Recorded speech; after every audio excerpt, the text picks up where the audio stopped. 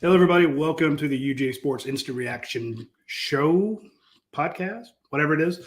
Commentary, talk, discussion, whatever you want to do, however you want to catalog it, describe it, diagram it. It's basically myself and Jed May talking about the news. There's been a lot of news last couple hours. I was on the couch and all of a sudden my phone starts going off like crazy. I'm like, hey, guess what? Jermaine Burton's in the portal. Oh, so is JT Daniels, and Stetson Bennett's coming back. So rushed into my office, launched some stories that we had pre-written because we knew these things were coming, and figured we'd talk about it with you. Jed, I'm surprised that there seems to be a lot of angry people on Twitter. And again, that's just Twitter is a hellscape. It absolutely is. I mean, I'm there all day, every day as a carnival barker trying to get people to come to UGA Sports.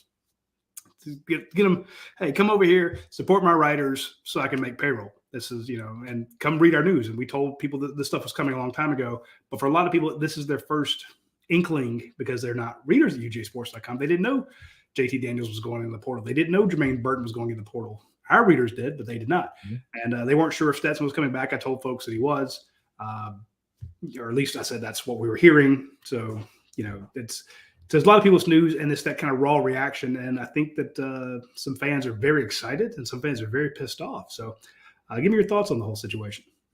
Well, it's funny because we talked all year, or at least I remember saying all year, like it's funny that Georgia is having this, once in a generation season and going undefeated, beating all its rivals.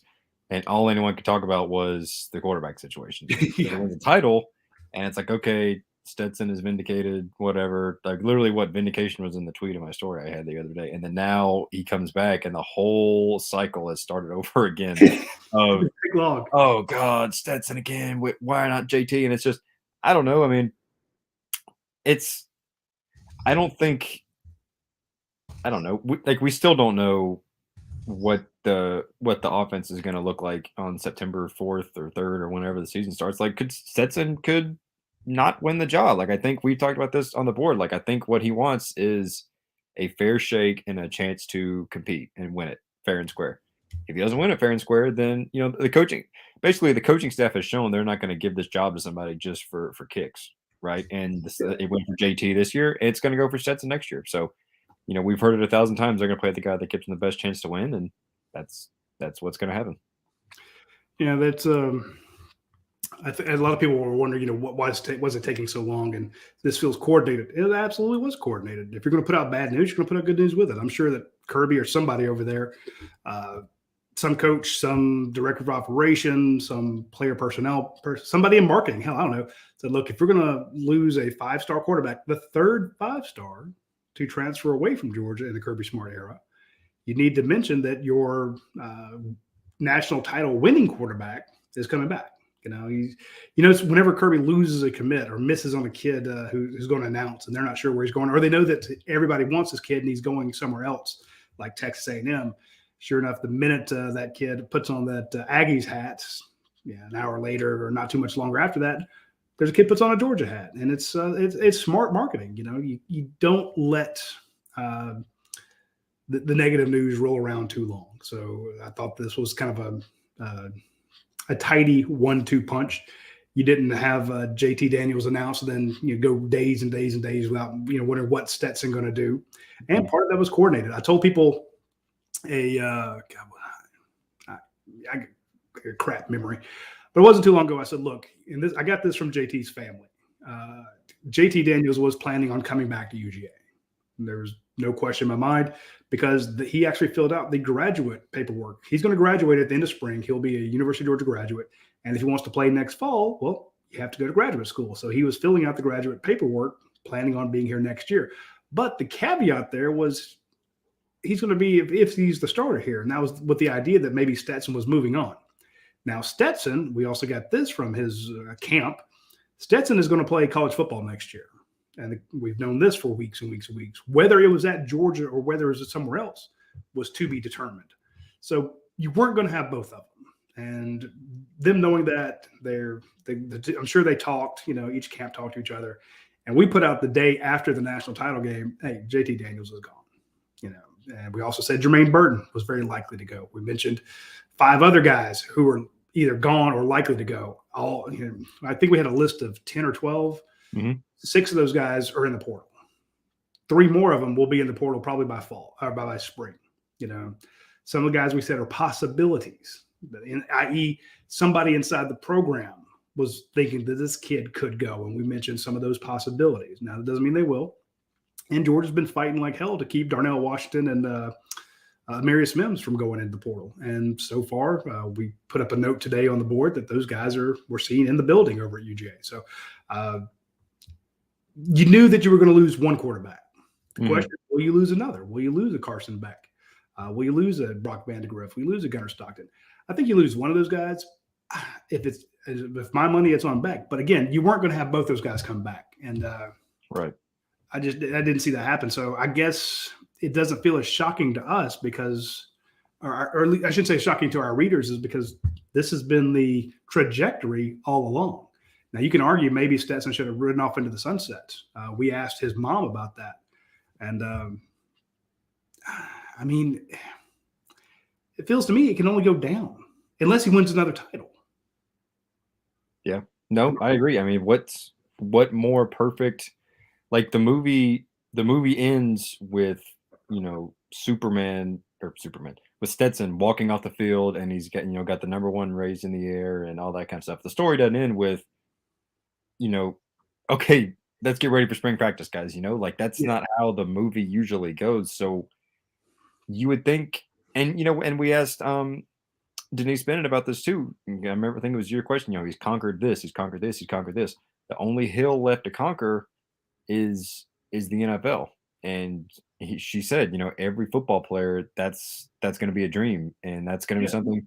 Is Stetson going to make it in the NFL? I don't know. Is he going to get drafted? Is he going to get signed as a free agent? Is he going to go to the Arena League, Canada? I don't know. But every guy that plays football has that dream. I played when I was 7 years old, and they don't want to stop. Yeah. So I don't. I think there's no one wants to give up on the dream of playing college football any earlier than they have to. And obviously it seems like a perfect story to end it here for Stetson Bennett, but he didn't want to. I mean, his mom told us he's not at the point where football feels like a job. He's still having fun. He enjoys the grind, the work, the game. So, when you factor that into it, it kind of makes sense why he'd come back.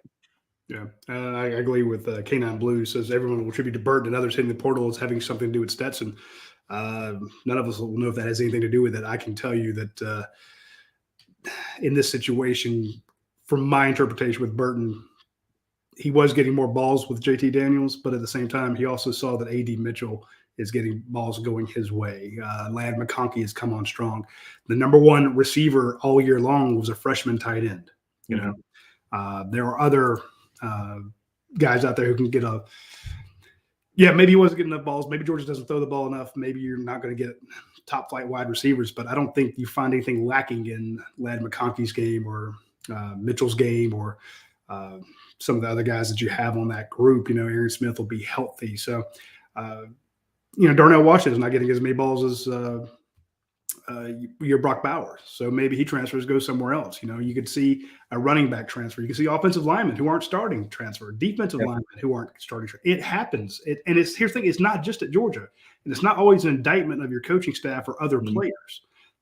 Some guys get homesick. Some guys have other issues. They want to play with other coaches. You lose your wide receiver coach. Maybe that was the thing that was keeping you playing across the country. Now he's gone. Well, maybe you don't want to play there anymore. There's a million different reasons why guys transfer. It's not always as cut and dry, and some of them just want a better chance. Sometimes they have been recruited over. Sometimes they're the number. Why did Arik Gilbert leave LSU? Yeah. This guy was going to be their number 1 guy. I mean, this guy was going to be a legend at LSU. Hey, he came home. Why did Darren Kendrick leave Clemson? Had some issues with the coaches there. Came to Georgia, did really well. He's probably going to be a very early pick in the NFL draft. Tyke Smith goes from West Virginia to Georgia. You're going to lose guys in the portal, but you're also going to get them. I mean, Henry To'oTo'o goes to Alabama, kills it over there. There's a lot.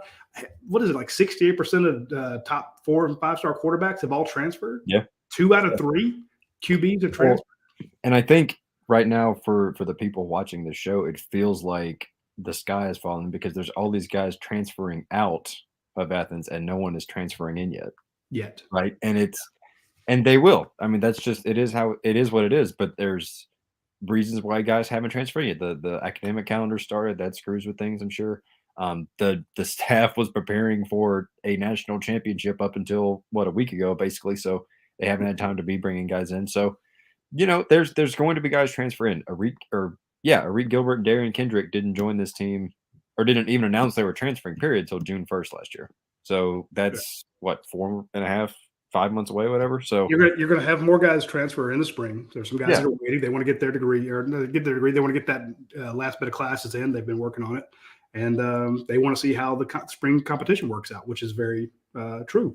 That's why John Lang says, "How open is the quarterback competition come spring?" Realistically, I think when you go out there and you do your drills, the first guy that gets to throw is Stetson Bennett because he's your title guy. The second guy is Brock Vandegrift or Carson Beck, and then Gunnar Stockton gets his. You let the spring is when you have a really good competition. That's going to be open, in my opinion, because Kirby knows that Stetson has issues. Stetson has, I say it every time, he has 3 or 4 just bad throws in it. You hope those aren't picked off. You hope those don't hurt you. A lot of quarterbacks have bad throws in them, but Stetson consistently has those. Now, you've got these 5-star quarterbacks. You're going to give them every chance to come out and beat him. But good luck beating a guy who's played as many games as he has when you're Gunnar Stockton playing college for your first try ever, and you're Brock Vandegrift who's played scout team all year. Carson maybe could, but Carson had the chance. Carson had every chance to beat out Stetson when JT got hurt, and he didn't do it. Well, Kirby Smart was the number 2, and then come UAB week, he wasn't the number 2 anymore. Like that was what set this whole thing in motion. Was how do we go from Carson Beck being the number 2, and you put out the 3-2-1 report saying Stetson's going to start on Saturday, and the board crumbles, and then he takes the field and throws 5 touchdowns, and then the stone starts rolling down the hill, and we haven't stopped it since. So right. And I think another thing too, when you talk about Stetson, we talk about spring and competition stuff. This will also, theoretically, our practice starts, March 15th, whatever. That's my birthday. It's totally random date there, but Ides of March. Yeah, that's Ides of March, exactly. I'm not a classics minor. Poor bastard. This will be Stetson's first spring where he is at least at the beginning, where he's the guy getting the 1 reps with the number 1 receivers, with the AD Mitchells and the lab, or whoever your top receivers are. So who's to say he doesn't make a big jump? Everyone's thinking the Stetson of this past season will be the Stetson that would theoretically be on the field in 2022. Stetson could make a big jump, with more chemistry with those guys, more reps. This is obviously his 3rd year in Todd Monken's system. So Todd Monken could actually call an offense that uses his skill set instead of calling calls for JT Daniels, which he did all year. So who's to say that Stetson doesn't, become, I'm not saying he's going to go out and throw for 6,000 yards and 70 touchdowns, but maybe he takes a big leap in his performance and development, through the spring and the next fall. So there's so many unknowns when it comes to that kind of thing. But like you said, Rowdy, I think it's going to be Stetson that's getting the snaps first, and then that guy's behind him. And then, you let a practice roll for 6 weeks, and at the end of the spring, you kind of reevaluate from there. Yeah, I want to mention something that I agree with you, but I do want to mention something that Brett says it definitely happens, but it feels like a mass exodus. And the reason I'm bringing this up, or trying to, is let's see, where's our list of departures? Up there. Here we go. Okay. Now, remember what Kirby Smart said in the days after, or the day after the title game. He says, we have guys that are going to go into the portal. Yep. They are holding off basically so as not to be a distraction from what they were doing. So now some of these have gone in, say, after the SEC title game, and then in the weeks following, before the bowl game, after the bowl game, stuff like that, then would have felt more like a what's the word I'm looking for? It wouldn't feel as much like everybody's doing it all at once. Right. But this was by design. It's like, look, okay, everyone stick with us. Let's not have any issues until the SEC the national title game. Get everybody on board. Let's have that game. And then afterwards, now I need you to tell me, because we can take up to 7 transfers in If you were planning on going, please let us know now. And the day after, we put out a list. Here are the guys we think they're going, or here's the guys we know are going. From what we're hearing, here's the guys we have a good chance of going. Here's the guys who have the possibility, which we mentioned earlier. And so far, you've got Amir Speed, not a shock. Jalen Johnson, not a shock. Justin Robinson, not a shock. Jalen Kimber, a little bit of a surprise. Latavius Brini, not a surprise. Lavasse Carroll, not a surprise. Malchius and Harov, not a surprise.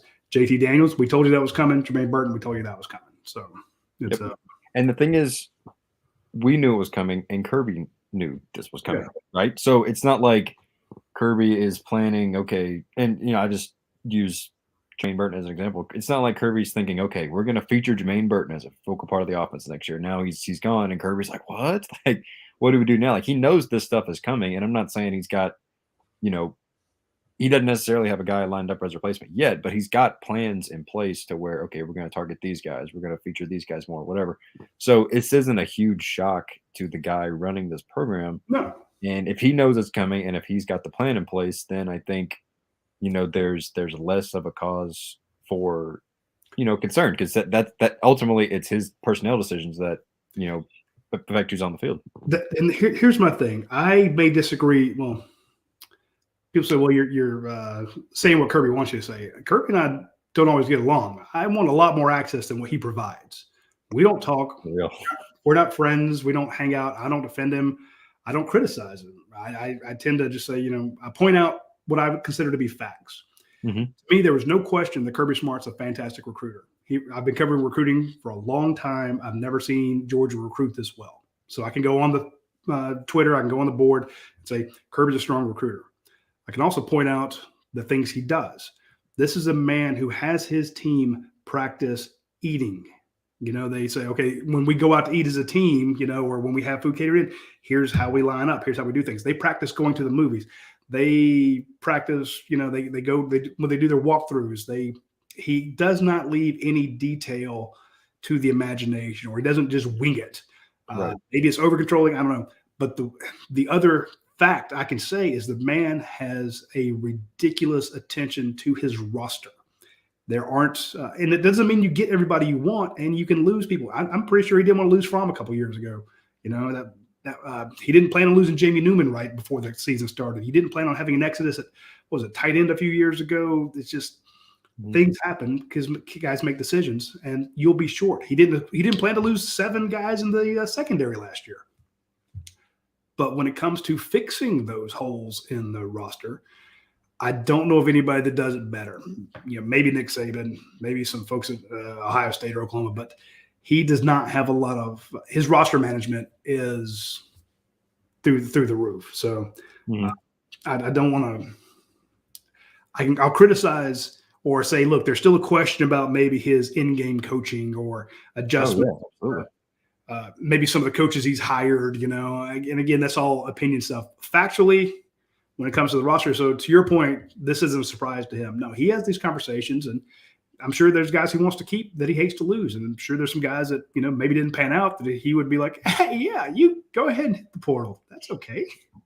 We hate that you're leaving, but the first thing he does the minute that kid leaves his office, he's like, hey, we got another spot that check talk him up on the big board. Check the transfer portal, find me another wide receiver. I'm gonna talk to this. It's give him all the grief that you want about not managing quarterbacks. He's played for 2 titles in 6 years and won 1 with a 3rd string quarterback. Yep. Technically. Yep. That's just me. It is what it is. Big Cardigan says it makes no sense that Burton wants to leave. He wasn't featured. He might be featured somewhere else. Where did all the passes go to? They went to Brock Bowers. They went to Ladd McConkey. They went to A.D. Mitchell. Arian Smith comes back, And I was just going to say, when you look at, and this isn't Jermaine Burton's fault, and it's not Stetson Bennett's fault, but there's certain quarterbacks and receivers that have that chemistry. I mean, who remembers Jacob Eason's first year, and it's Riley Ridley and Isaac Nada are setting the world on fire. Jake Fromm takes over, and all of a sudden, instead of those two, it's Javon Wims and not Kyrus Jackson. Who am I thinking of? Javon Wims, I know for sure. So, if Jermaine Burton's like, okay, well, Stetson's going to be here next year for whatever reason we don't click, that's no one's fault. It is what it is. And when you've got a guy that in Jermaine Burton that could theoretically go to the NFL after next year, who could blame him for saying, okay, I want to go somewhere where I'll be featured, where I can click with the quarterback and, put up good numbers and go from there. So, and I don't know. I haven't talked to Jermaine Burton, but that's just another thing to think about when you got I guess, especially when it comes to receivers transfer. Well, if he's put his name in the portal, feel free to call him. I always think these kids are off limits because of the way Kirby and those guys act. But I guess if they put their name in the portal, we should be on the phone with them. But a lot of them don't want to talk. They put out a statement and they're done. Please do interviews. But I think you're 100% right on that. How many times when our guy Dave McMahon does a great job with breaking down the stats after a game, would you see something that 9 different players caught passes at UGA in this game? This is the 3rd or 4th time this season that 9 players have caught it, or 8 different players caught passes, or 7 different guys had 3 passes apiece. Whereas what did Alabama do? They threw to 2 guys the whole season. Well, you have Brock Bowers who catches, say, 5 passes in a game, and it feels like they're throwing to him every play. And you look at the stat sheet, and it's 5 catches, and Jamison Williams and John Mechie are getting, 3 or 4 more catches than that every single game. So it's just – and again, what happened 9 days ago? Georgia won a national championship. So, it can work. But with a balanced offense, Yeah. And some people say, what's this one here? Rel says, we'll always struggle with top receivers. Maybe. I don't know that you always will. Depends on your quarterback. Depends on the system you run. Remember, you went into this season throwing the ball all over the place in that Clemson game, but then that quarterback got banged up. So you bring in a quarterback who maybe is not just a pure pocket passer, and you didn't have the line to have a pure pocket passer. People will give me grief about, you said the offensive line wasn't that good. They didn't give up any sacks. The offensive line was so damn good. Why did they have to change it midway through the national title game? Mm-hmm. Well, national title, off the top of my head, how many times did Stetson Bennett get sacked in the national championship? Maybe once, but how many times was he pressured and having to run for his life to throw the ball away? The first play of the game, they brought a ton of people after him. Exactly. So on that 2nd and 18 throw to A.D. Mitchell, why was it 2nd and 18? Yep, because he got sacked. And then, if not for a great blitz pickup by James Cook, granted there was offside, he might have been sacked again. Yeah. So I'm not I don't want to second guess all those guys and stuff like that, but to me, it's pretty interesting about when you look at the cause and effect of all that. I understand you feel like you need to throw it a lot to get top wide receivers. And if you play stats and you feel like you're not going to get a 5-star quarterback ever again, playing Stetson Bennett and winning a title to me is more effective at bringing in a 5-star quarterback than playing Stetson Bennett and losing one, or playing a JT Daniels and not getting close. The one knock on UGA was they can't win it. They can't win it. They can't win it. You'd have the number 1 recruiting class, and people would say, well, the Tennessee fans, 1980. You would beat the brakes off of South Carolina, 1980. You drub Florida this year, you kill them. They're like, well, we're losing our coach, but 1980. Okay, well, now you don't have that anymore. And when you don't have the Alabama stigma hurdle, whatever, too. It went right hand in hand. You killed 2 birds with 1 stone in that game, too. Exactly. They can't beat them. Well, you did. But point being, you take a top wide receiver, you bring him to Georgia, then he goes to Alabama, and Alabama's like, look, we had Jerry Jeudy, we had Waddle, we had Ruggs, we had Devontae Smith, they go down the list, and we feature those guys. They all did really well, and we win all these titles. And so a kid's like, I'm going to go to Georgia and be a big wig, but I come here and get the ball thrown to me a lot and get those titles. That's impressive, Mm-hmm. Now Georgia started to get on that same level, but you're also able to go up against Alabama and say, look, hey, Branson Robinson, I know Alabama wants you, but look what our running backs have done. Yeah. So you have a strength there. You're going to be more balanced in Georgia. You're never going to be pass heavy, but you're still going to get 5-star quarterbacks who want to come to Georgia and know that they have play action that they can use. They'll still be able to throw it. Todd Monken obviously wants to throw the ball a lot. So I'm just saying, you still have a line of 5-star quarterbacks. You got 2 of them on the roster already. You're doing really well recruiting some of the others. They're very interested in coming to Georgia. You cover recruiting, Jets. Some very top flight wide receivers are checking out Georgia. and you've taken one of the knocks on Georgia off the board. They can't win the big one, So you can go to those kids and say, look, we did not have a top flight wide receiver last year. George Pickens was hurt. When he was here, look how much we used him. Mm-hmm. Okay. Look at what we can do with our freshman freshman wide receivers. The 3 guys that caught touchdown passes in the national championship game were freshmen. You're a high school senior. Come play for us. We got your back. We're going to feature you. We'll throw it to you as many times, like we did George Pickens in that bowl game. You see how often we're throwing to Burton. So I get the idea that, you'll never get another 5-star wide receiver or 5-star quarterback. Stetson isn't going to be here 30 years. He'll be here one more year. Arch Manning could give a damn if Stetson Bennett's here. Yeah. Arch Manning's going to think, well, you got 2 other 5-stars over there. I can beat them out. Mm-hmm. If you have a 5-star quarterback who's scared to come to a place because the coach played the guy who won them a national title, that's not a sound quarterback. I'm sorry. Yeah. And again, and we said this at the top of the show, I don't think it's a guaranteed notion he starts next fall. There's going to be competition in the spring. Could he start? Yeah. Is he probably the favorite? I would say so. But if Brock Vandegrift and Gunnar Stockton and Carson Beck, assuming all 3 of them are still here, I'm sure one of them will probably be gone. But point being, they're going to get a shot to win it just as easily as Stetson is. And I think that's what Stetson wanted, is an opportunity to win the job fair and square. And obviously those other 2 guys, all they want is a fair shot to win it. So, it's not a guaranteed deal. What? Gunnar ain't scared. No, God no. So, and neither is Brock Vandegrift, I don't think. And so I don't know. He's thinking, well, I can go there, and I'm sure there are some quarterbacks who want to throw it 60 times a game. They're looking for that offense, and we talk to them, and they're like, "Yeah, I like to run this offense." Well, that's where Todd Monken comes in. Hey, Todd, this is the offense I want. He's like, "Okay, that's not the offense I feature. We'll move on to the guy who, like Brock or Gunnar. Hey, we want you to tuck and run sometimes." Oh, yeah, I like that. All right. Yeah. And when you look at what the NFL wants, what does the NFL want? They want a guy that can tuck and run sometimes. Shout out Matt Stafford for that goal line touchdown the other day. First one since 2018. Is that what they said? 2016 total, I believe, or 2018 that he'd actually run for one, but that was his first, I think, quarterback sneak something on the goal line situation is 2011. That might have been the one where he just held the ball over and pulled it back, and called it a touchdown. My favorite play of all time. Cat Dog says when Stetson got his job when JT got injured, if Stetson were to get injured, Van Gorder would take over and never look. Van Gorder. Brian Van Gorder. Vandegrift would take. See, I see B Van G and it's Brian Van Gorder. It always has been. Brock Vandegrift would take over and never look back. And the reason I highlight that, Cat Dog, is because Cat Dog's right. Kirby has no compunction. If somebody comes in and wins the job and outplays the guy that got hurt, Easton never got back on the field. Nope. And on the flip side of that, he got hurt a second time. So. If Stetson had come in this year and he had stunk, then JT Daniels would have come back in.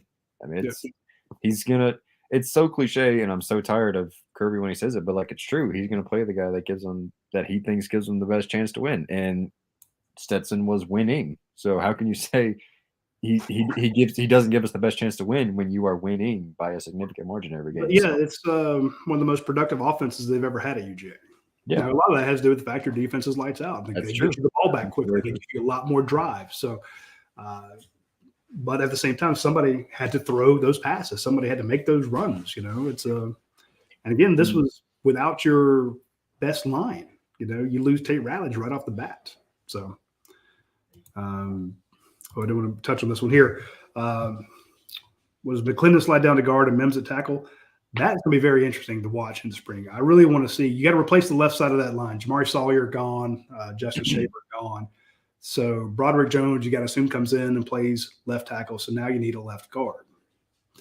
Do you put in?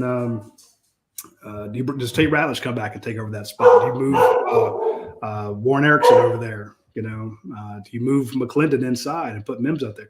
They're going to have to do something with Mims this summer or this spring, because that is you can't tell a guy like that, oh yeah, here's your, you redshirted last year and now you get another year of sitting on the bench. He's not going to stick around.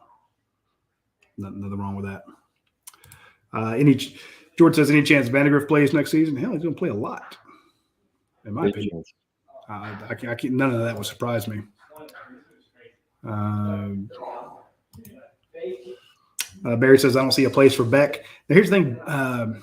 Carson Beck had told people that he was coming back. So I've been telling people, I expect Carson to be back next year. He thinks that with another year, especially working with Todd Monken, he can come back and fight for that starting job. He was the number 2 guy there for a while. When they put him in, it didn't work out well. But he's not going to give up forever just because it didn't work out that first time. Hell, if anything, you look at what Stetson did. He's like, well, hell, Stetson stuck it out and fought, He's a young guy. It's only year 2 for him. He's like, I still got a couple years to go. At the same time, though, after the game was over, we put out our list. I put him as one of my guys who I expected to see transfer. So he seems like the most logical candidate out of the non-Stetson 3 to go, because he got his chance. It didn't go well, and like you said, that's not necessarily an indictment of the kind of player he is. Because obviously, he's a talented player, or he wouldn't be at Georgia in the first place. But I think out of those 3, I think he would be the most likely to end up in the portal and go somewhere else. Brian Harville says Stetson wants to play. The fact that he's committed to come back shows that he trusts that the coaches are going to give him the job. I don't know if that he trusts the coaches will give him the job, but Jed had a great story. Give him a chance to earn the job. Yeah, I think he feels that he won't automatically be demoted, which was what happened after 2019. He was the number 2 guy behind Fromm the entire year. Okay, then they go into that spring. They don't have spring in 2020 because of COVID. Over the summer, they bring in JT Daniels and Jamie Newman. Get a new offensive coordinator in that time too. His first chance to coach was they had that kind of early camp. They started camp a week earlier too, at the end of July. They had meetings and stuff in the beginning of June. That was the first time they actually do any of that stuff. But the first actual real practices they had, Todd Monken's trying to learn who his staff is, or who his roster is. And he's got 2 transfers in there, one who can't play because JT's hurt. And he basically says, we got Newman in. That Newman's coming in to take over. And he popped him in there. Runs with that, yeah. So Stetson did not get a chance after the 2019 season where he was a clear number 2 the whole way, backing up Fromm. He didn't feel like he got that shot to – and again, I don't think they thought Fromm was going to go pro. So I don't feel like he felt – it didn't sound like he felt he had the opportunity to go head-to-head with Jamie Newman and Dwan Mathis and win the job. Mm-hmm. So what he's asking for, Brian, in this situation, then this is just my take on it, and after reading Jed's story, is he wants to note that, okay, I'm not automatically going to be demoted again after winning you a title. And people go, well, of course you wouldn't. Fool me once, shame on you. Fool me 3 times, shame on me. So I think he just wanted to hear, yes, going into spring, you absolutely – we promise again that you will get a shot to be the number 1 guy. So, yeah. And look, now if he gets beaten out for the job, then he's the grizzled old man that's mentoring the young guys. I think. Great point. Personally, I think Stetson would. I mean, look, you can be in Athens. Stetson is a legend in Athens, right? No matter what happens. Forever. Yes. You can. Get a part-time job at Canes or whatever, and just do your thing and mentor the young guys. And if you're called on again, then you're there. And listen, Kirby, I'm sure would love to have a guy of that experience. I mean, that's why he was the backup in 2019, because he was an older guy. He had experience in the offense, so that's why he was. When Jake Fromm went down the SEC championship, who came in? Stetson Bennett, because he was an experienced guy. So to have that kind of guy as a backup / mentor for, Vandegrift or Gunner or Carson Beck, whoever would in this scenario would end up winning the job, Kirby would love that. That's what you want. And your backup is an experienced guy that, you trust if something happens to your starter. Yeah, I'm going to bring in Paul Meharry here, but I want to touch on one thing that you said there. Okay. Stetson doesn't win the job. It wouldn't be anything new for him. He's right. been there before, right. But let's say he doesn't. I love the idea. If you have a Carson Beck, you have a Gunner Stockton, you have a Brock Vandegrift going out there playing their first games ever, really, getting their first starts. They're spinning safeties, they're masking coverages. the guy's having a rough time. He goes over and Stetson's like, okay, here's what they're doing. Or worst case, hey, Stetson, go out there and fix this. When he saved your butt when Dwan Mathis was flailing against Arkansas. And here's the thing, Stetson he's a Georgia fan ever since he was a small kid. He wants Georgia to win again. He wants to, like you said, he wants to keep playing. So this is a guy who, when he looks at the sum total of all the grief, all the questioning, the vindication, he's like, I can make Georgia win again next year, either on the field or on the sideline. Let's do it again. I'm here. That was fun. Mm-hmm. And I will tell you, for a guy whose mom was getting nasty notes sent via DM and stuff like that, I followed him through the dog walk, Paul, and it was insane. I mean, he was walking down, he was doing autographs, and there were some young ladies to my left. I could hear him behind me because I'm taking pictures this way as he's coming towards me. And he's like, oh my God, it's Stetson. And I'm like, this sounds like the Beatles, Huh. Elvis is entering the room. I mean, just the squealing, high-pitched stuff. And when he went through the dog walk, I walked right behind him with the camera filming it. It felt Aaron Murray-esque, because I followed Aaron through there when Aaron was at the height of his popularity, and it's just crazy. You got to think, he's like, well, hell, why would I? Yeah, I could go out on top. Or I could come back and do this again next year, and Georgia should be favored through the regular season, right? Give me your thoughts, Paul. Yeah, I mean, I don't know what you guys have touched on the first 35 minutes. I was eating dinner, but I guess from a lot of fans' perspective right now is, well, yes, Stetson got us there, got us to the national title, but I'm afraid that he can't do it again. And I think that's what a lot of people. Quarters, you'd believe that. Yeah, that is a legitimate. And so I get where those people are coming from. At the same time, he just won you a national championship after 41 years.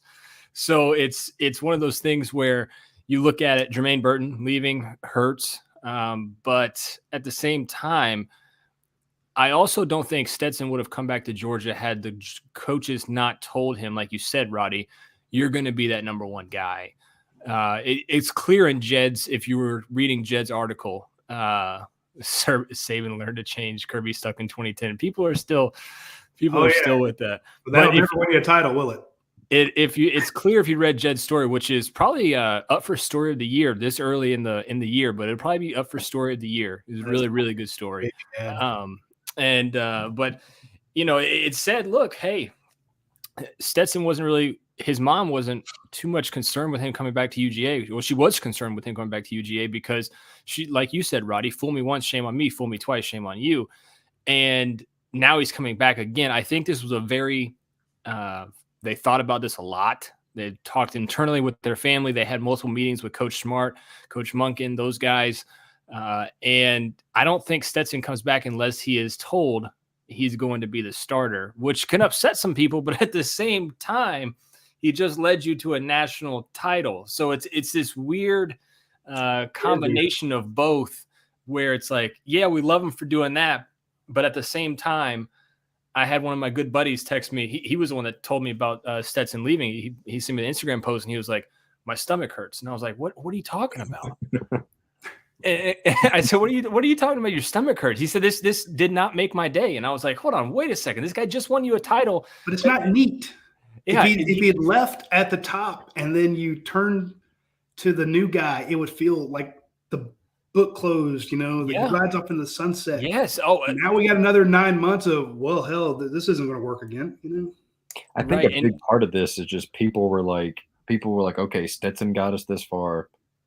We got through this season with the national championship, right? And now the bow is all tied up and we can move on to, the 5-star quarterback sitting on the bench or JT or transfer by there or whatever. And now that he's back, people are like, well, wait a minute. This isn't what we thought was going to happen. This isn't how this was supposed to go. Which, like you said, Paul, I mean, Stetson surely got something was told something by the coaches, whether it's like, had to, there's he was no told way he'll get an honest shot, whether he's told he will be the starter in the fall, whether, he'll have it going into spring. He was given something. And I think all he wants is a fair shot to win it. But I think it's more. I think Gunner or Brock or whoever is going to have to unseat him. Rather, like I think it's going to be a competition, but I think Stetson is. Could you imagine though if that happens? Like how bad you would feel for Stetson when you had the opportunity to, like Roddy said, and it's tough, man. It's tough to finally say, "Hey, my playing days are over." Right? Like I remember walking off the basketball court and being like, "I'm done. I can't go D1. I can't go D7." But it's still tough walking off that. It's still tough though, walking off that court, walking off that field, whatever, for the last time, and knowing that's your last time. Especially after you've just proven. Absolutely. Yeah. And so now in your head, you're like, all right, well, I can do this again. I think the most logical thing, if Stetson were to look back on this 20 years from now, we don't know what's to play next year, right? Roddy's right. Georgia will probably be favored in almost every game, if not all of them. I can't think of anybody. Who would they not be favored against going into? There's not one. I looked at the schedule. Auburn's at home at Mississippi State. The only game I think might be a kind of weird game is at Mississippi State because Mike Leach and his craziness, but Georgia will still be favored by probably 13.5 in that game if the defense is playing well. So, I mean, there's not a game in there. Florida's rebuilding. But at the same time, it's like, I don't know, man. I feel like you're going to have a Reed Gilbert next year. Yeah. I feel like but I feel like Stetson might look back on this in 20 years and say, damn, if I walked away when I did, I would have walked away a legend. It's like live long enough to be a legend or die a villain or whatever that saying is, right? And I don't want that to be Stetson's narrative, but I think that's what might happen. Yeah, but here's the thing. If he wins the job and Mike Casey says he doesn't think he can win it without the competition, which maybe he can't. But if he does, you're probably going to beat Oregon. You're going to beat Stanford. You're going to beat South Carolina. You're going to beat Auburn, Tennessee, Florida. You're going to beat – in other words, you can lead him to another 12-0 season. And guess who you get to see in the championship game? A new improved Alabama. So, that team's going to be tough next year. But no, and I get it. I think a lot of people, like your friend that says this made my stomach hurt. I think there are a lot of people who believe that they did not believe in Stetson. They believe the defense got him there, which is fair. I get it. I'm not saying they're wrong. I'm saying that you had a great defense and you had a quarterback who could do enough who could do well. I don't know that JT would have been any better. Let me put it that way. There wasn't an alpha dog quarterback on this team. Okay. Don't tell me JT Daniels was, because he's 7-0. Those 7-0 were against some garbage teams. If you want to say that Stetson could have beat any, Stetson doesn't get any credit for going 12-0, or not 12-0, the games he won because you were blowing them out with your defense. The same could be said of JT Daniels beating Missouri, beating Mississippi State, beating South Carolina last year. Those were not great teams. Okay. I'm not taking anything away from JT. I'm just saying you did not have a Bryce Young on this roster. You still don't at this point. Now, maybe you do when these 5 stars develop some, but you don't have a Heisman Trophy candidate on the roster this past year. And so you just needed somebody to get you through it. Okay. A lot of people felt that the defense got Georgia to the SEC title game when they had a bad day. The offense couldn't bail them out. Very fair criticism. I get it.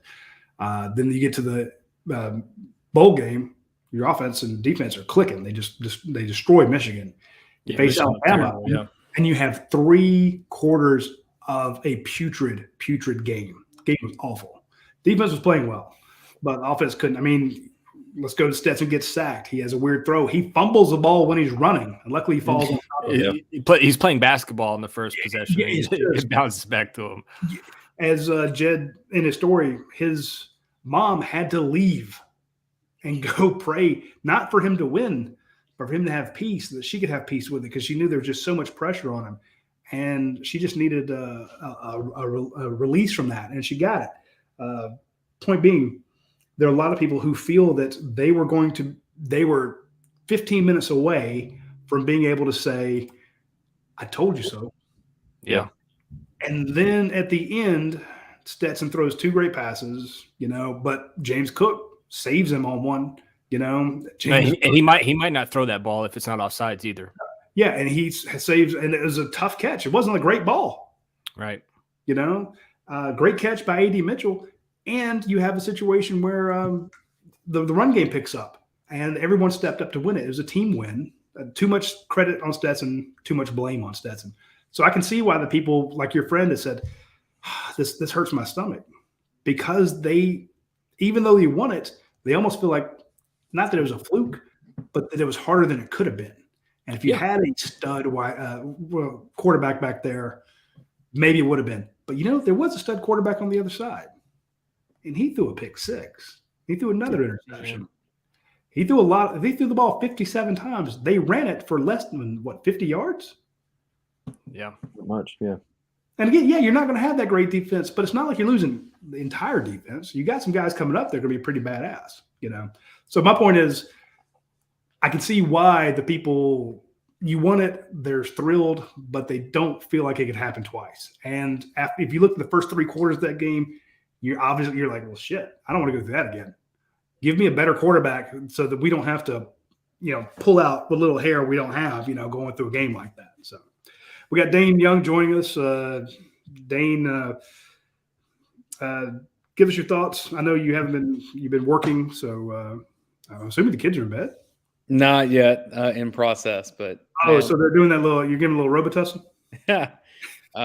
We just got them fed, and I think they're in the bath right now, so I get a break. Well, anywho, there's some folks out there, as my granny would say, showing their fannies online right now.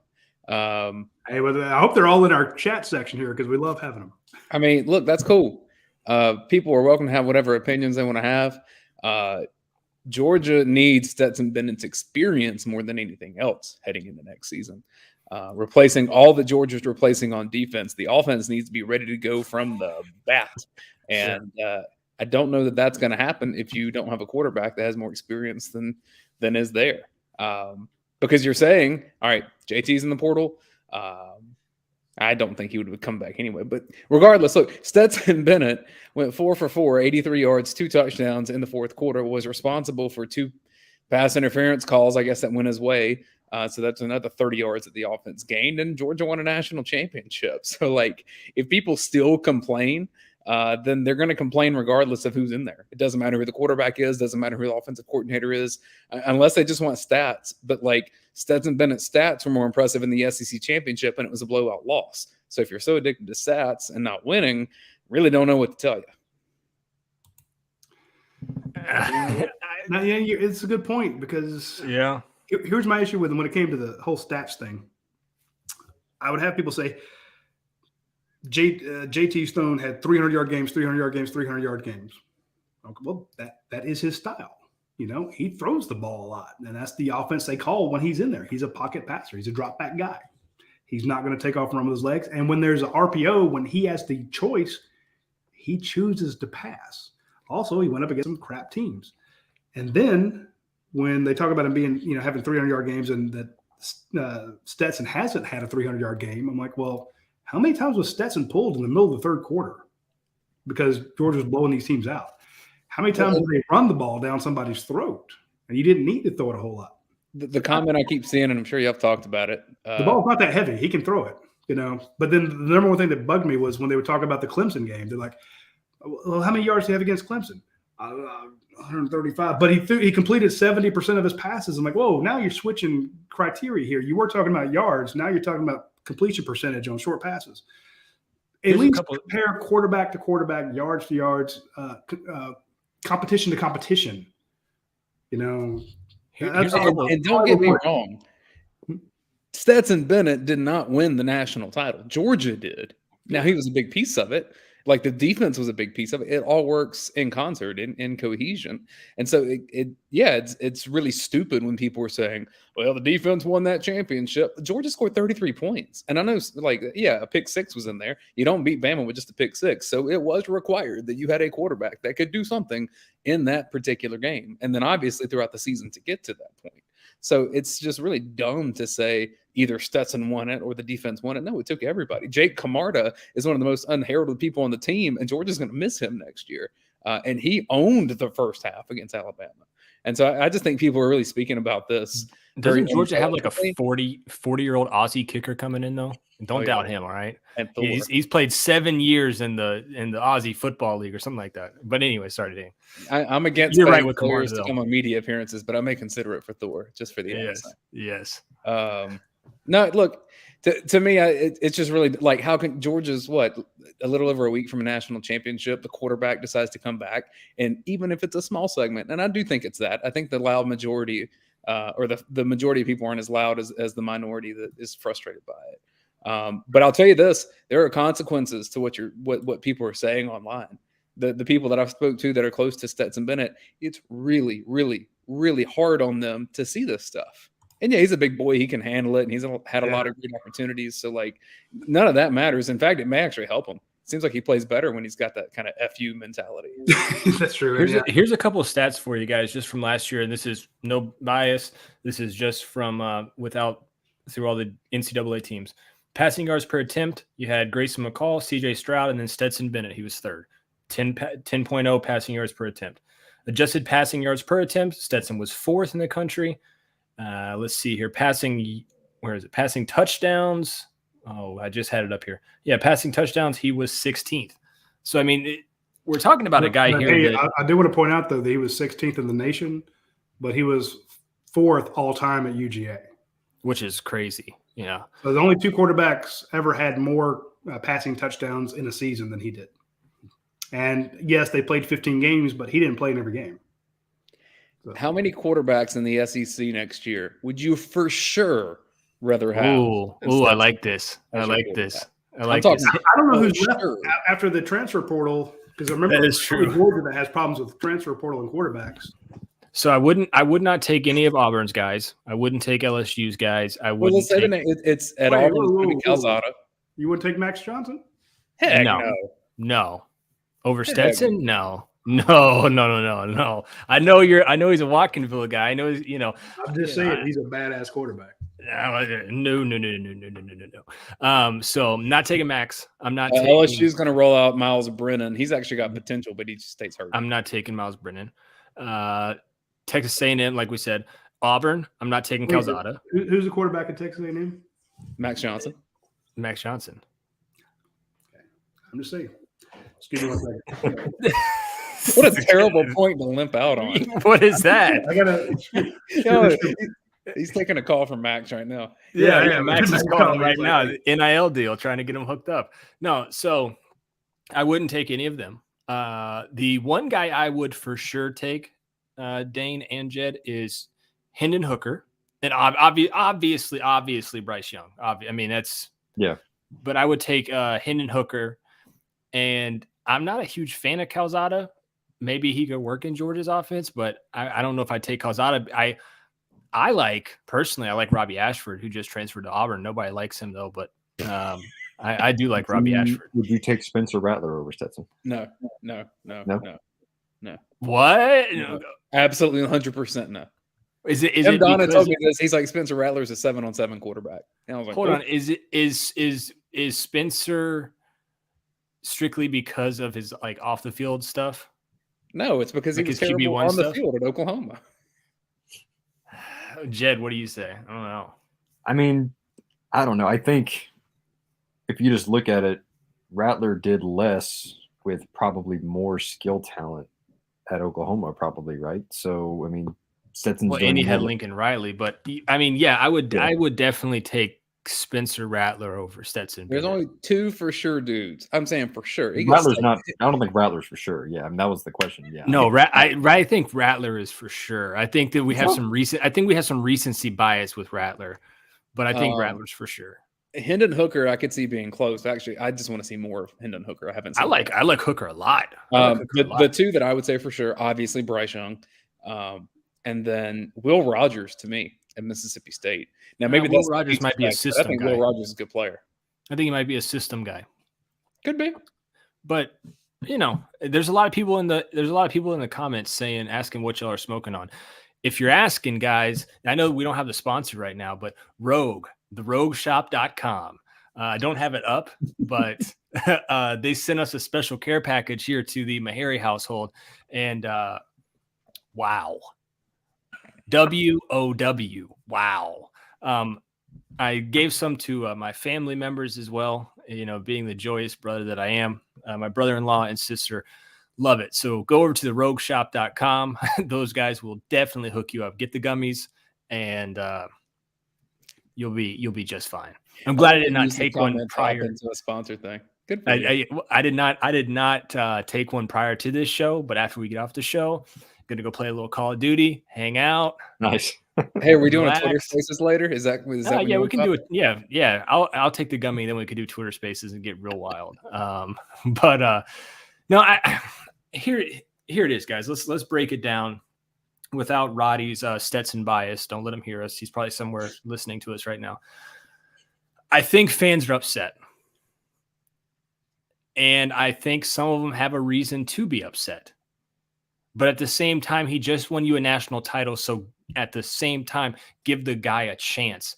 It's almost like that girl in high school that you didn't like in high school, but then she turned really hot, but you just still don't like her because you remember what she looked like in high school. Does that make sense? Well, and then she comes back to you, Jed. She comes back to you. And she leads you onto this perfect vacation getaway that she's paid for. But you still, in the back of your mind, you go back to high school and you're like, I didn't like her back then. And I told Roddy this before y'all got on, but you know, Stetson Bennett, obviously I'm sure going to be the number one guy, at least at the start of spring practice. For the first time, you know, getting or at least the majority of the reps with the ones and the first team offensive line, the first team receivers. Who's to say he doesn't take a big leap and become a better quarterback? He did this year. It's kind of like you said, like exactly. He made a leap from 2020 to 2021, being a backup basically until the season. So who's to say, you know, if he gets all the starter reps, he's not a better player next year. And I told Roddy he's probably not going to win the Heisman or throw for 5,000 yards, but he could be better. I mean, I think the main thing that people have had an issue with Stetson is the ball security and those couple throws where it's just like, what is he doing? And to be in the Michigan game, he had that really, really bad one. I think it was the third quarter where he threw it over the middle. Georgia was up by 20 points, and it should have been picked. Against Alabama, I mean, obviously he had the fumble, but off the top of my head, I don't think he really had a throw like that. That was just like could have. He did have the first quarter drop that it fell right back, or it like popped up right back up to him. So yeah. So, but if and again, I don't know. He could be worse next year, for all I know. But he could take a leap and be a better quarterback next year. So it's going to be competition in spring. I think that's what comes down to it. People are assuming this is Stetson's job. It's handed to him. I don't think that's the case. I think it's going to be competition. I think Stetson will have to be beat by one of these other guys. But they're going to have every chance to win it. And Stetson, I guess on the other side, is theoretically going to have every chance to lose it. Jalen Williams says that Stetson is a game player and not a game changer, which that's fine. That's your opinion. And I think there's evidence that early in his career that was that. And maybe he comes back to that again, like Jed's saying. But like somebody had to get that ball to A.D. Mitchell in that play that's going to go down in Georgia history. Somebody had to get the ball out to Brock Bowers to put Georgia up by 8. Like that doesn't just happen. And not every player can do that. Georgia, I mean, no offense to him, Dwan Mathis couldn't do that stuff. He wasn't ready for that. Carson Beck couldn't do that stuff. Frankly, I don't know that JT could do a lot of that. I don't think Georgia wins a national championship this year if Stetson Bennett doesn't play the way he does. Here's two things for you guys. This could also be roster management by Kirby Smart and could be like a chess, not checkers move to keep Brock Vandergriff and Gunnar Stockton, because obviously everybody wants Caleb Williams. The NIL money is going to be insane on him, but Caleb Williams is, you know, the hot commodity and what we call NIL, but really free agency. Let's just be honest. It's free agency now. You know, he's the hot name, but if Kirby were to go out and get him, then it messes up your QB room for the next 4 years, potentially. You leave Stetson there, and then you let these other guys develop. Maybe that's what he's looking at. The other thing is, I think a lot of Georgia fans are afraid this could turn into an LSU situation. I don't see it happening, but they had this great, amazing season, and then they fall from the face of the earth. Ed Ogeron, he's a hometown guy, much like Kirby Smart, two totally different people, right? I'm about to say, Kirby's not going to be sitting there like dating right and bringing him to press conferences. Yeah, but you know, you could also say that has a little bit of recency bias as well. Seeing a team fall from grace. Well, and look, I got something I want to interrupt you with real quick. I just did this. I just say if you have people that are nervous, if you have people that are freaking out, let them hit up some of them edibles, the Delta 8 gummies from our folks over at Rogue Apothecary. I'm telling you right now, that one right there, our boy sent it to me. Do not take the whole 100 milligrams. Don't do it. You cut it up into 4 sections.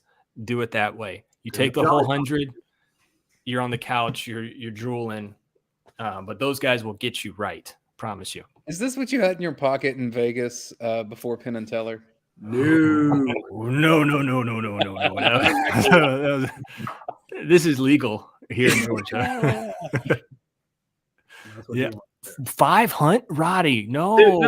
Dude, it's 10 at 50 milligrams. Okay. Dude, I was about to say your heart's gonna stop. Don't do that. Don't do those. Send those back. You're not ready for those. He's gonna be flying into the air onto a parking deck on those. If you want the Jolly Ranchers, those are only 30. Yeah, those are probably 30 is a good spot. 30 is a real good spot. Start, and you can do a little bit, start up there. But that's our friends at Rogue Apothecary. So if you're all freaked out about it, oh my God, well here, and you can't sleep. If you have trouble sleeping, you've tried all the stuff.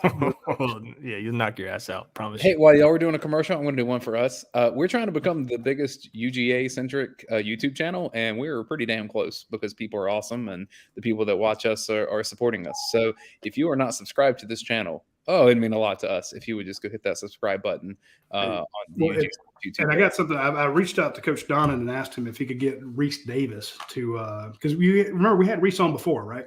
Mm-hmm. I reached out to him and said, hey, could you get Reese to come on, which is a really tough get because he's already done it once. It's kind of unfair to ask him to do it again.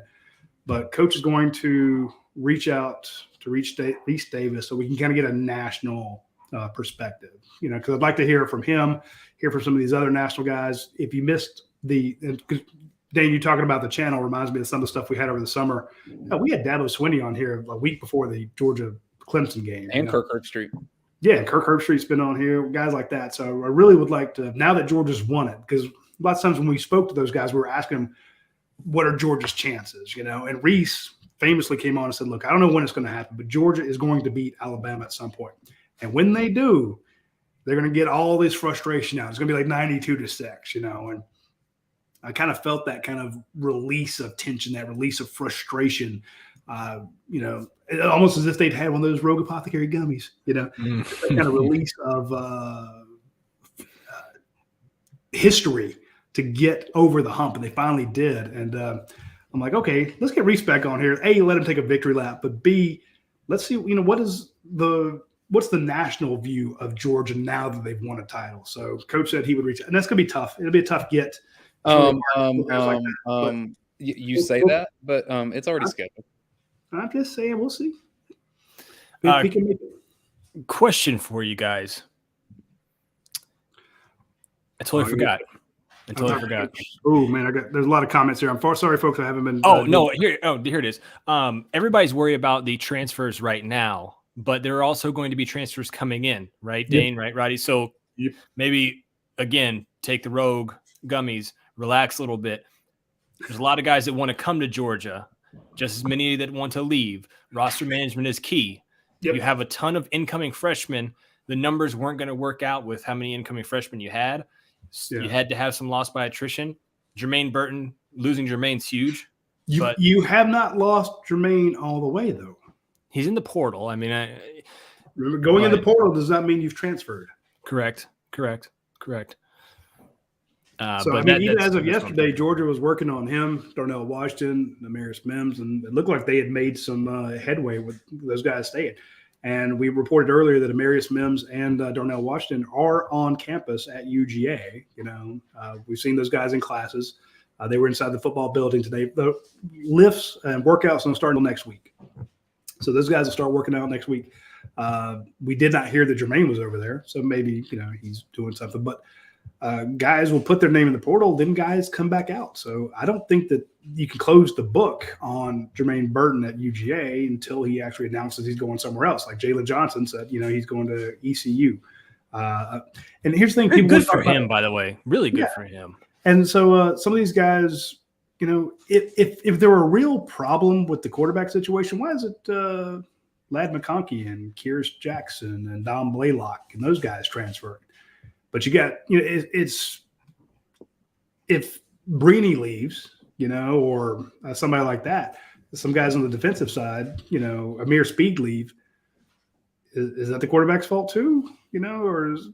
Point being, guys are going to transfer. It's not always somebody on the team's fault. We led the show off when Jed and I were talking about it.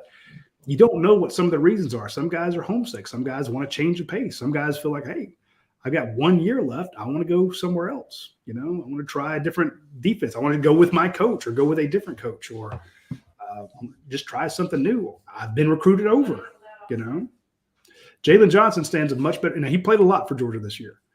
But I guarantee he stands a lot better chance of catching passes at ECU. Yeah. Yeah. Well, and I'll say this about Jermaine Burton. And, we've heard people say he wasn't quite as happy, wasn't quite as invested. I mean, you could not see it on the field on game day because that guy second half of the year was as good of a run blocker as I've seen him be. And so I thought Jermaine Burton really improved the totality of his game this year. So wherever he takes that, I think he's going to be really good. And he's an NFL player. So, my assumption is that Cortez Hankton is like, hey, man, package deal. Let's roll. But, my first initial instinct was when I saw him in the portal was USC. If USC gets Caleb Williams, Jermaine goes back out to Cali, where he went to high school for like a year. He's from Georgia, but if you follow Jermaine's high school recruiting history, he went to like 4 different high schools, I want to say. Somewhere in Georgia, somewhere in California. I want to say he even made a trip down to Florida. I could be wrong. But that was my first initial reaction. USC, Lincoln Riley, Caleb Williams, all those guys, boom, big, massive explosion over at Southern Cal. Sorry for cussing you, Kirby. Oh, man. I think when it comes to the portal, you're going to see Georgia do more work with defensive backs. I mean, a lot of the guys that have left were defensive backs, and maybe a couple of those decide to come back in too. But, Georgia on offense, I think that one of the reasons that the Burton loss may not hurt quite as much is because Lad McConkey is damn good. And I know that they play a slightly different position, but they cross-train it. But I think McConkey's coming back to be the best receiver on this team. Yeah, but think about it. You really want to – that's going to really fire some folks up. You want us folks to subscribe to UGA Sports? Boom, there you go, Dane. Lad McConkey was Georgia's best receiver for – if you look at the entirety of the year, I think he was Georgia's best receiver. Second best offensive weapon behind Brock Bowers. He did catch a lot of passes and move the ball downfield a lot, especially in that Auburn game. He's a good blocker. He's a good blocker. But, think about this. If you get Dominic Blaylock back, you get Marcus Roseby-Jack-Saint healthy. Guy missed a lot of it. Hey, give Marcus Roseby-Jack-Saint credit for that Brock Bowers touchdown. He takes his guy and drives him back to, Shapiro's Deli, down on Capitol Street inside of Indianapolis. He took that kid out of the building, and Brock Bowers had a walk-in touchdown pretty much. So I think Marcus Roseby-Jack-Saint could be your elite receiver. I think Lad McConkey can be that guy. I think Dominic Blaylock's proven he can be that guy, and give him, a year healthy. If Kyrus Jackson doesn't get into the portal, Kyrus comes back for another year. This is a guy who was also – remember, he was on a pitch count the first 3 games. It felt like longer, yeah, but it was. Yeah. But, they're like, okay, you can catch punts, but that's it. You can catch punts and line up. I feel like that went on for till game 7. Well, it was a while. But again, Peach County kids are tougher than anybody else. So he came out there and did some more stuff. Also, y'all know I love the name game. And so, if Georgia's sitting out here roasting folks with Stetson Bennett to Lad McConkey for another year, that's really good for my Twitter. So I'm down for that. It's almost as bad as Jed May. Another guy, Gilbert. Gilbert could be huge. I do think now that Jermaine, George Pickens, if you lose Jermaine, right? Roddy said the portal giveth, portal taketh away. He could come back off some off chance. I think they do try to go look for a wide receiver though in the portal. Go get Caleb Downs from North Carolina. Ooh, yeah. It's not Caleb. It's what? No, it's Joshua Downs. Yeah. And then you could just get his brother from Mill Creek in 2023. Yeah. Now, granted, he's not a big guy, but that is one of the twitchiest, best receivers I've seen in a long time. So, but I he's not think even the the portal. biggest- I'm not sorry. I'm just saying there are guys like yeah, you're going to start who that have rumor. ties to Georgia who may wind up in the portal. You don't know what's going to happen. But, we saw Fitzpatrick declare early for the NFL. So they've had that nice 3 tight end set, with Fitzpatrick, Darnell Washington, and Brock Bowers. Now imagine Brock Bowers, Darnell Washington, and Arik Gilbert. That 3 tight end wing with a Lad McConkey or an A.D. Mitchell on the other side. I've got no problem with throwing the ball a ton to your running backs like you did this year. Kenny Matt can catch. Yeah, I think the biggest recruiting job that Georgia has, keeping Darnell Washington, because that guy is a unicorn, and you don't replace him with anyone else in the country or any freshman coming into college. Because that's a guy who did not get a lot of balls this year. I understand, and you need, I know you don't make promises on those kinds of things, but that guy can be a left tackle if he wants to, and he can be a tight end if he wants to. I forgot about Oscar Delp will be here too. Here's the crazy thing, guys. So obviously Brock Bowers went crazy, right? 56 receptions for 882 yards, 13 touchdowns.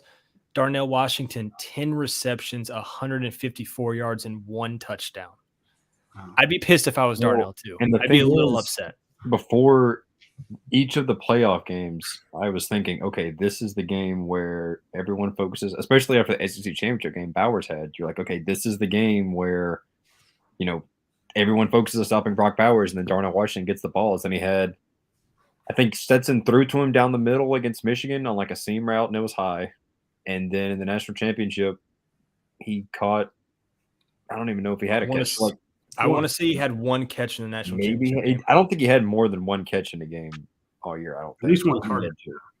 So I don't know. It's one of those things where you kept thinking that game was gonna come, and obviously he was hurt at the beginning of the year and he was working his way back from that. But towards the end of the year, it was kind when of he's healthy and you're proven that you'll throw to the tight end a lot. Yeah, he's like, hey, what am I, chopped liver? Played in 8 games compared to Brock Bowers' 14, just for reference there. But even if you were to double up Darnell's stats, he's still at 300 receiving yards and 2 touchdowns compared to Bowers at 882. So it's going to be a tough sell for the Georgia coaching staff to try to keep Darnell, but I think Dane's 100% right. You have to keep that guy around. The Fitzpatrick news, Roddy, kind of struck me as a little odd. Yeah, that I thought he had another year in him, but maybe the tight end room was going to be heavy. It did. Like you see what's coming up behind you, and you're like, yeah, I'm just going to go. Yeah, I think when I saw that, I was like, whoa. I don't think you're. But at the same time, I don't think we thought that Charlie Warner was going to be in the NFL, and he's still in the NFL right now, backing up George Kittle. Come on, I told you Charlie Warner was going to be a superstar. Yeah, he was. Yeah. But what I'm saying is, it's still kind of the same thing. I'm curious he wasn't a superstar at Georgia though. Right. Weekly tweet about the tight ends. Yeah, and they're gonna need. Dane, you're right though. I think, besides getting another elite wide receiver, which I think that around April there'll probably be another round of portal kids come into the mix that aren't liking where they're at, or aren't liking the new OC at their school that they've been at for 3 years, etc. Keeping Darnell is crucial to this offensive success next year, not just in passing, because we haven't seen it much, but in blocking, especially with Fitzpatrick now leaving. With some of those receivers too, though, I think you can probably look at the true freshman class and say, all right, who's the A.D. Mitchell of this group? The one that none of us thought was really going to contribute. And then all of a sudden in spring, they're making plays. And then all of a sudden they're starting by game 2. He's in Texas right now. You think so? Yeah. Really? He ain't signed, but he's in Texas. Coaches went to see him last night or the other night. All right, so who is the A.D. Mitchell in this group there, Jed May, in this signing class? Who is the A.D. Mitchell in this group? I know Blaine. With Lad McConkey. Blaine is very high, and based on the hot type too, is Dylan Bell, like a guy. He's 3 stars. He's out of speaking of Texas, he played. That's who Roddy's talking about. What? I said the next A.D. Mitchell right now is in Texas.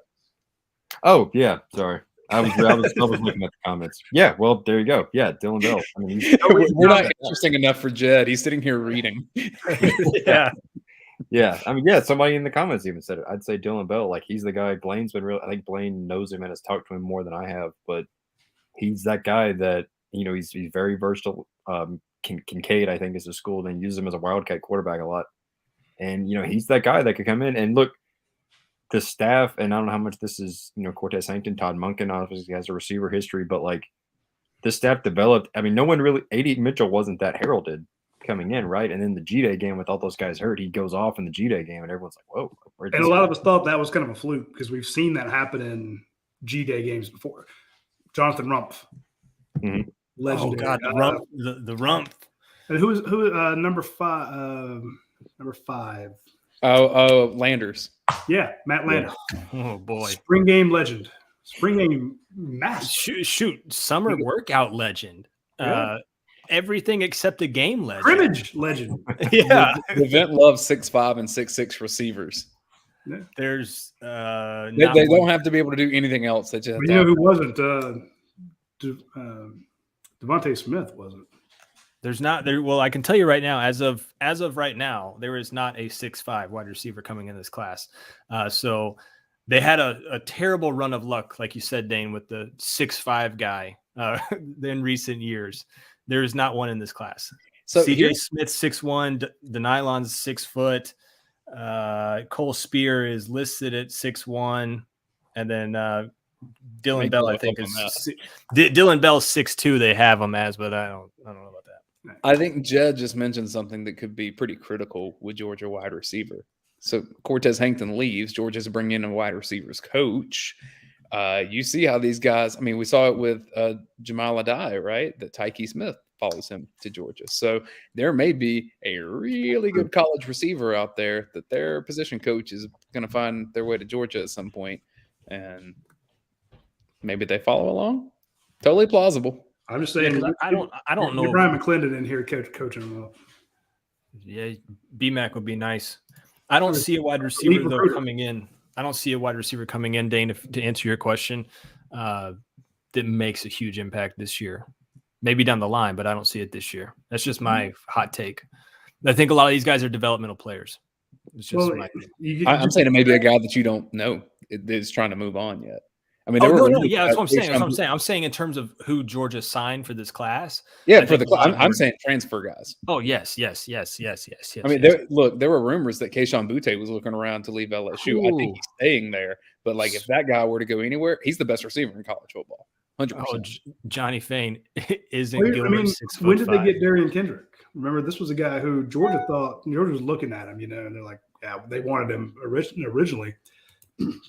And I remember inside the program, some inside baseball stuff, they had looked at, because there had been rumors that he wasn't happy. There was the issues at Clemson. And they're like, man, if that kid ever go into the portal, we'd jump on him. But he's a first-round pick, so he's probably just going to declare for the NFL.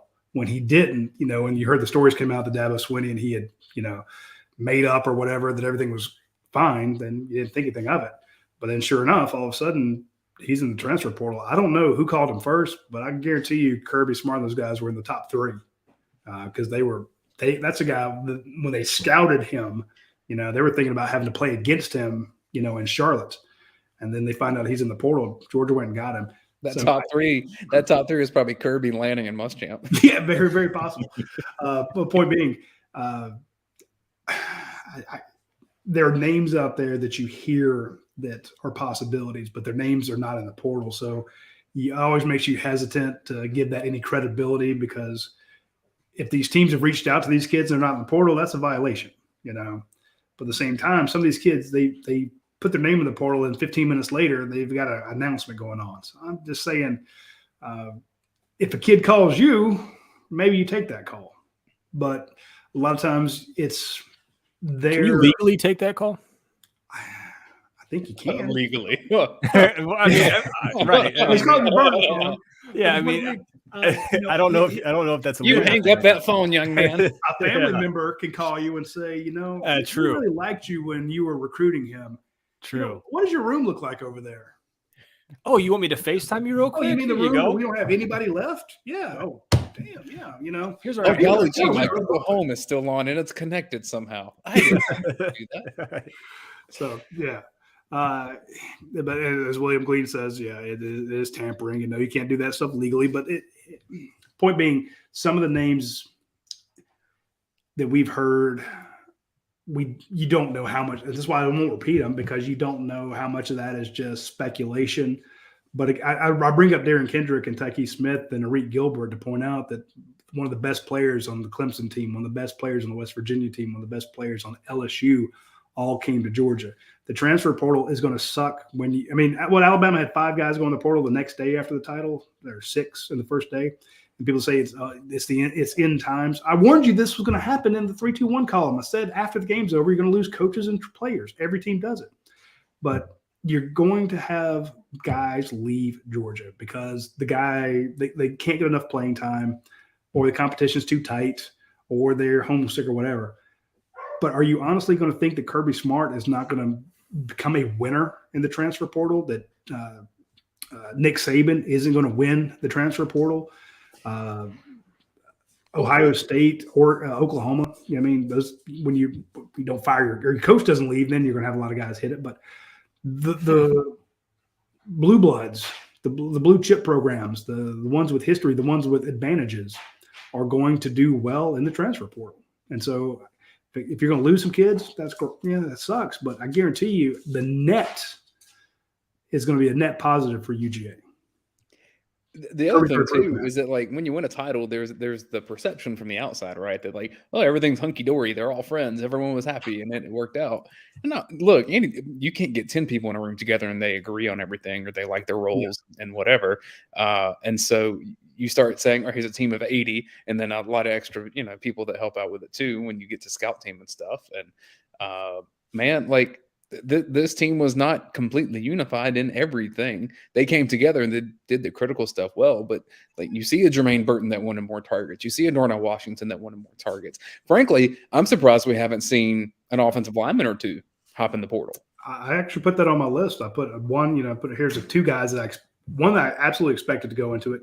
The second one was a possibility. And there were so many other kind of possibilities. And I just put it as a line item, other O-linemen. Because again, it's when you have 15 and you play the same 5, that's 10 guys who want a shot. It's one job opens up really on that offensive line right now. Yeah, you got to race the left side, but Roderick Jones is pretty much nailed down that left tackle spot. So who's going to be your left guard? Assuming that Tate Ratledge steps back in to get his starting spot, you're right. Yeah, then Tate Ratledge steps back in, and then all of a sudden Warren Erickson moves to the other side. Well, your center is probably not going to change. Your right tackle may not change. So Marius Mims is like, well, what am I? I'm the number 1 offensive tackle a year ago. I'm not going to say that, but maybe he comes out and beats somebody in spring. So well, and where does that put all the other guys that you signed?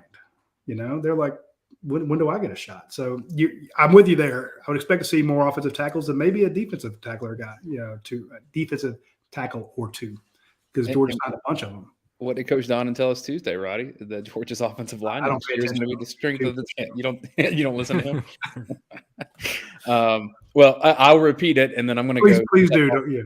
And be a father for a little bit before I get on Twitter Spaces with Paul and his gummies. But Coach Donnan was saying that the offensive line is going to be one of the strongest parts of the team next year, and it's easy to see why when you see how Broderick Jones played in the 4th quarter against Alabama in the national championship. And so if that can be replicated, and Cedric Van Pran had a great year, which him coming out today and saying, "Hey, all you fans, I see what you're typing out there," kind of nasty. Yeah, they hear it, they see it. They say they don't, but they're on their phones, man.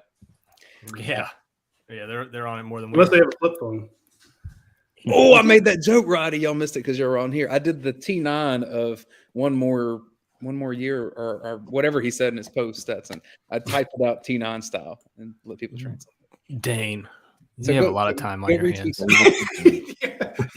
I was waiting on my chicken stir fry to cook. He works for the government. Come on, man. Give him a break. Yeah, true. All right, I'm going to go be a father. I will right, see y'all later. Thanks for having me. See you, dude. On there. Hey, they asked Roddy, is this going to be in podcast form? Do we? Yeah. Is this worth a podcast space? I mean, if the POS is worth a podcast space, and I guess this is too. Hey, if Jed's on the show, it's worth transforming into That's a what I'm podcast. saying. Especially I when don't show up unless it's going to be on a podcast. Hey, just like me, baby. I don't show up unless it's a big game. Okay, Yeah. BGP, big game, Paul. Next year, I'm telling you right now, Roddy. If you don't take me, where's the game next year, guys? Where's the LA. game, the national championship game? Where is it? SoFi Stadium. LA. I think. Pretty sure. It's at SoFi Stadium. We Pretty can't sure. take LA. Roddy, I swear. We on barely got everything- you back from Vegas. Roddy, I swear on everything I own, Roddy, I will stop interning here for the 9th year in a row if you don't take me next year. I felt some type of way, okay?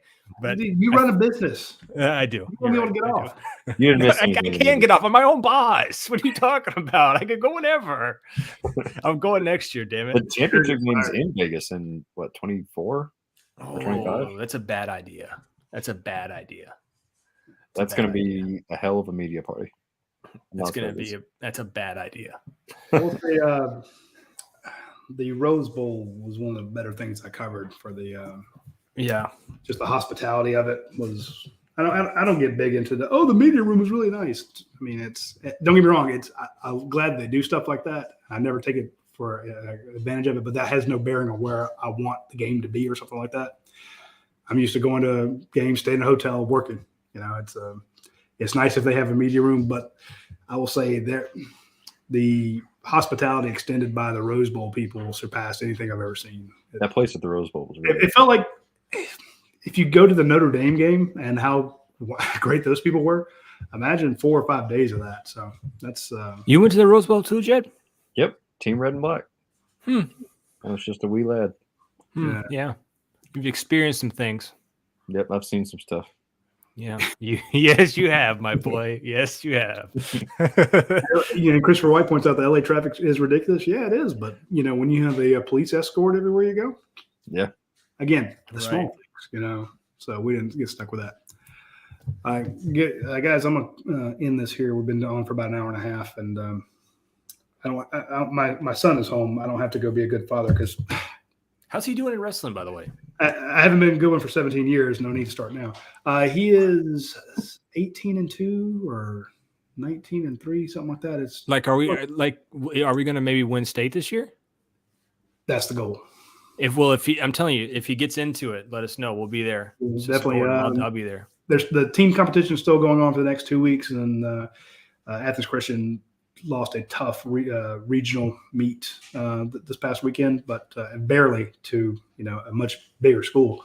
So they're out of the team competition, but they will in 2 weeks. It goes back to individual. So he'll do regional and sectionals and try to get the state from there. So wrestling 182 and the 1A private. So we'll see how He's wrestling at 182. Yeah. That boy's a hoss. That boy is a He was monster. 160 last year. He's put on 25 pounds of muscle, and I'm scared of him. God. So I'm gonna go cook some chicken or something just to keep him away from it. Just keep feeding him. Yeah. All right, guys. All right, see you guys. You want to wrap this up, Roddy? No, I mean, you do a good job Okay. for an intern. Hey guys, thanks so much for tuning in. If you haven't already, click that subscribe button on the UGA Sports YouTube page. We'd love to have you as a part of the UGA Sports community. If you wouldn't mind also hitting the like button on this video, it helps us a ton in the algorithm, so we make sure that we can give you guys better content. How about that, Roddy? You like that? That's why you do it. You're better at this than I am. All right, guys. We are probably going to have a nightly show coming out here the next few days or hopefully by this time next week, we'll hopefully have a nightly show. Oh, I won't be invited. See you guys. We'll see y'all later. Take care. Yeah.